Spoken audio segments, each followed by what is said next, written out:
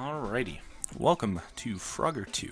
So Frogger 2 is a grid-based platformer in which you basically, like the classic Frogger, collect 5 frogs, beat the level. So what you just saw right there, you might have missed it, is what we call a switch hop.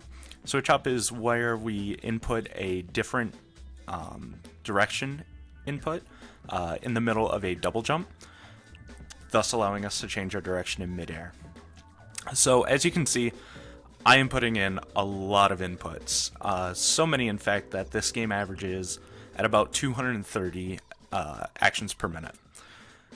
Now this level in particular clocks in at about 300, which rivals professional StarCraft players, which is pretty insane for a speed game. So there are 16 levels in this run, taking us all over the world. In this level we happen to be essentially Indiana Jonesing it, trying to get our frogs back. So hitboxes in this game can be kind of funky. Just because something isn't there, if it's about to be there, kind of if it's halfway there, it's technically there and it will kill you. So being kind of careful with the hitboxes is always a good idea, but at the same time you can abuse them to get away from things that you shouldn't have in the first place. So as you can see, I used the double jump just to cross gaps to kind of skip unnecessary movement. So now we are in the mines. We're going all over the place. So there we use the double jump. Double jump increases your vertical position by 2 units, and in future levels there will actually be a way to increase it by 3 units, which we will get to actually next level. So this game is entirely cycle based. There's no RNG to it, unless you just want to blame it on RNG, but this game is complete cycle based. Cycle starts from the very beginning, and then that's what you're given. So right there we're using a double jump to get ahead, get a faster cycle, and avoid all of those spiders, and then getting to our final frog. Actually almost missing the minecart. Alright, so this next level has kind of wonky hitboxes, and kind of just goes with the fact that if it's 50% there, it's actually there. So have to be very careful not to go too early on the first wheel. So now we're just using double jumps, get across much quicker.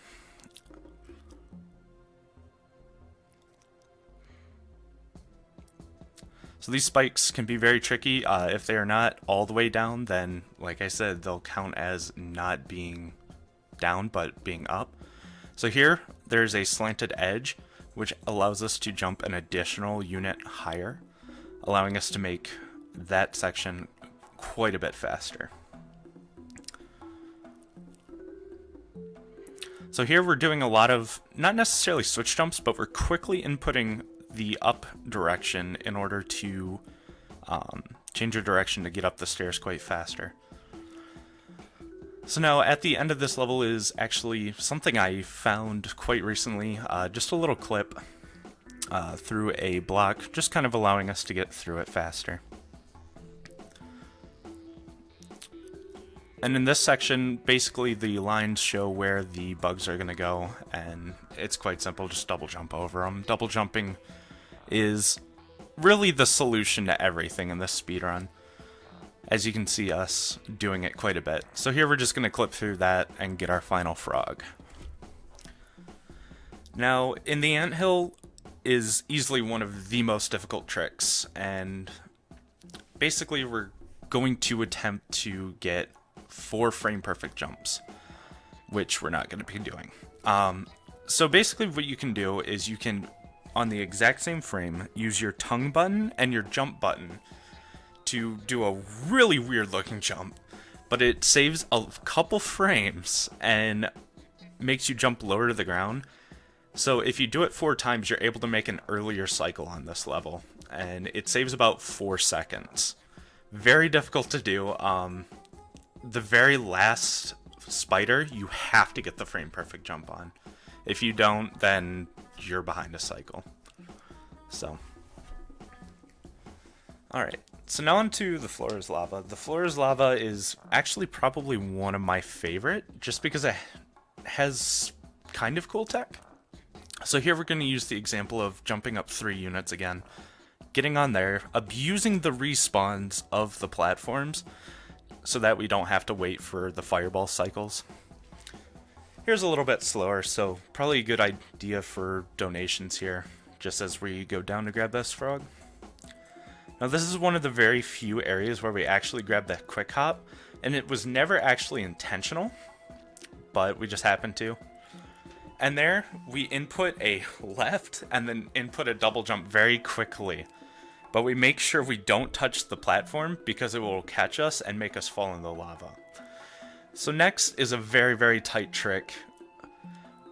Where as you can see, it looked like I should have been hit by that sphere, but with the whole 50-50 rule, we were able to get out of it just barely. And this saves about 8 seconds.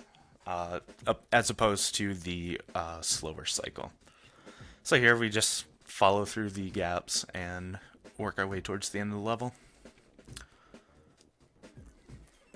Overall, this game is somewhat simplistic. There's many different cycles that you can make, and we have many backup cycles just in case something doesn't go wrong. So it's very consistent in being able to finish it. It's just a matter of how, long till you finish it. So next level is one of my favorites, and we're also going to use slopes again. Slopes basically kind of let you abuse the double jump mechanic, so we get to avoid all the vacuum cleaners. This floor has monkeys, and basically they copy one of your movements, and you just have to be safe not to get caught by them. And there, I just leave one spot left. That monkey is a little buggy, and sometimes will not go where you think he was. So it's always nice to be a little careful. Right there, using another switch hop to get back a little bit to make a faster cycle this way. And now we have cameras that are apparently evil.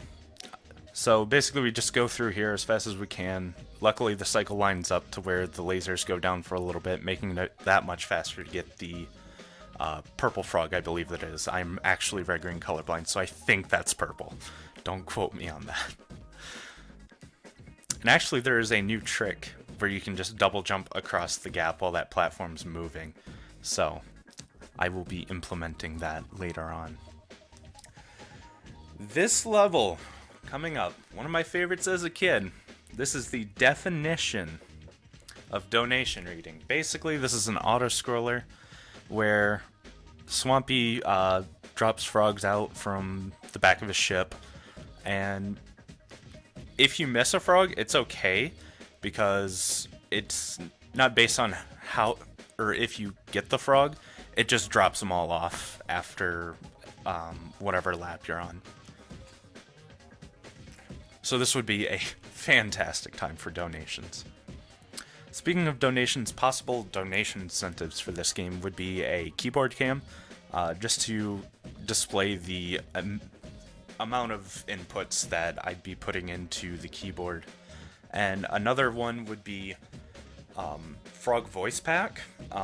We found a way to change the game files to use a different frog's voice for the campaign, because you are only allowed to play as Frogger or Lily in the story mode, which is saddening. So there is Space Race done.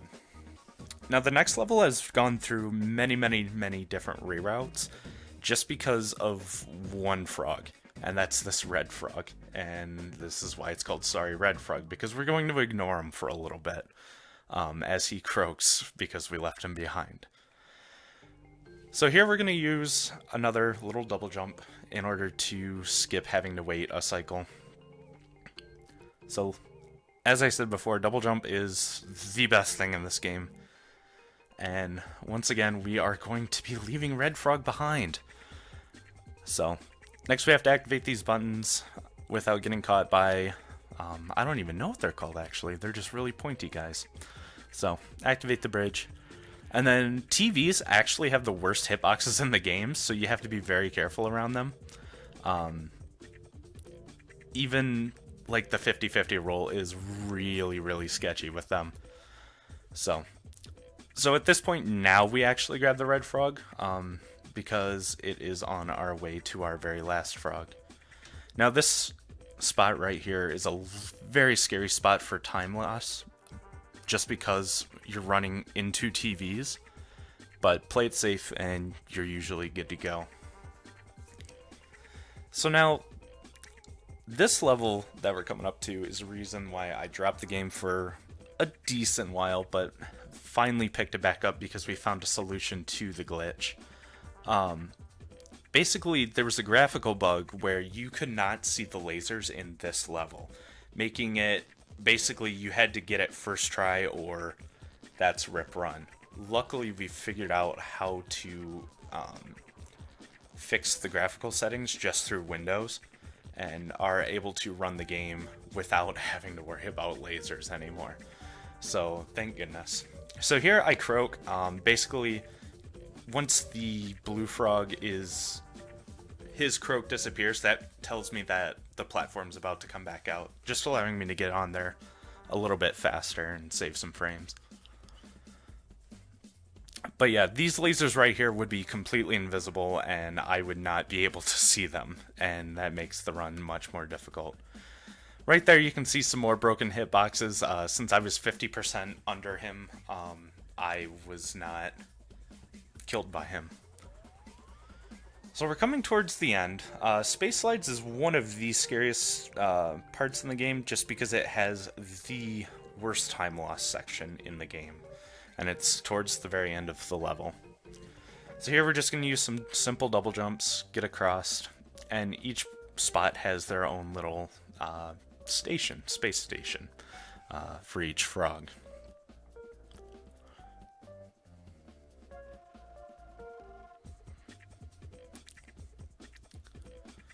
Also, the in-between time on these slides would be good for sneaking a donation or two in.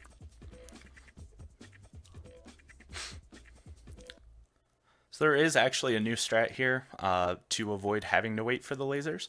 So we're going to be doing testing on that and seeing how it affects all the cycles later on in the level. And hopefully something nice comes about. So here's just treadmills. We usually do get the quick hop there, but I missed it. So there's only 3 sections we get quick hop. So this area is one of the most annoying because if the whole 50-50 rule doesn't work in your favor, basically you have to go back and press the button again. And it's just very tedious and very annoying. So this is Spiral Mountain. You have to navigate this whole thing, and if you die anywhere up it, you start at the beginning of the base of the slide. So you have to worry about fans, pointy dudes, TVs, and lasers. And as the farther you go up, the faster the lasers are. So you just got to be careful there. But luckily we made it.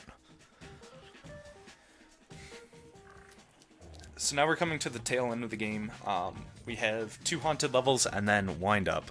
So this is the last level where we will purposely grab the quick hop. This allows us to make a little bit faster of a cycle. And as you'll see, we'll be able to double jump over these and these to get the frog. And sadly, I did not make it.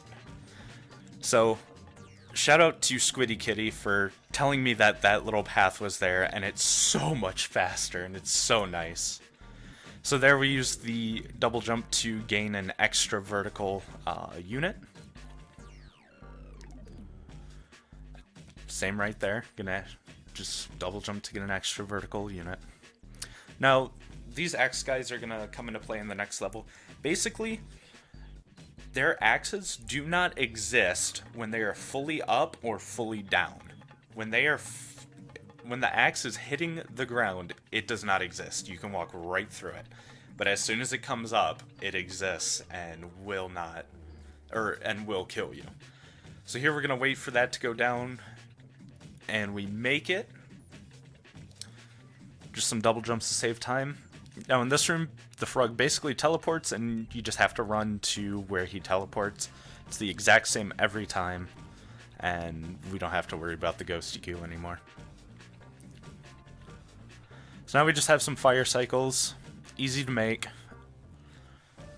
And now the weird thing with these platforms is sometimes you can jump as they're leaving and make the cycle. Sometimes it just rejects you and says no. So we'll see. It's only really with this last one. And we got it. So next we just have to avoid the steam, grab that last frog, and we are on to wind up. So in the story, basically we now take the role of one of the frog babies, whose name is Tad, for Tadpole. And basically we just have to navigate Swampy's lair, because he wants to make a video game and sell frogs with them. Good idea, Swampy.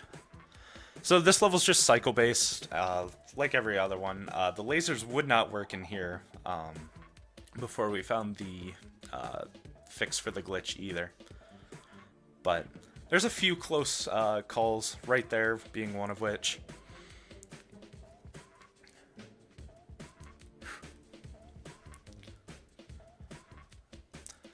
So, we died there, which means we're going to have a very unfortunate can cycle.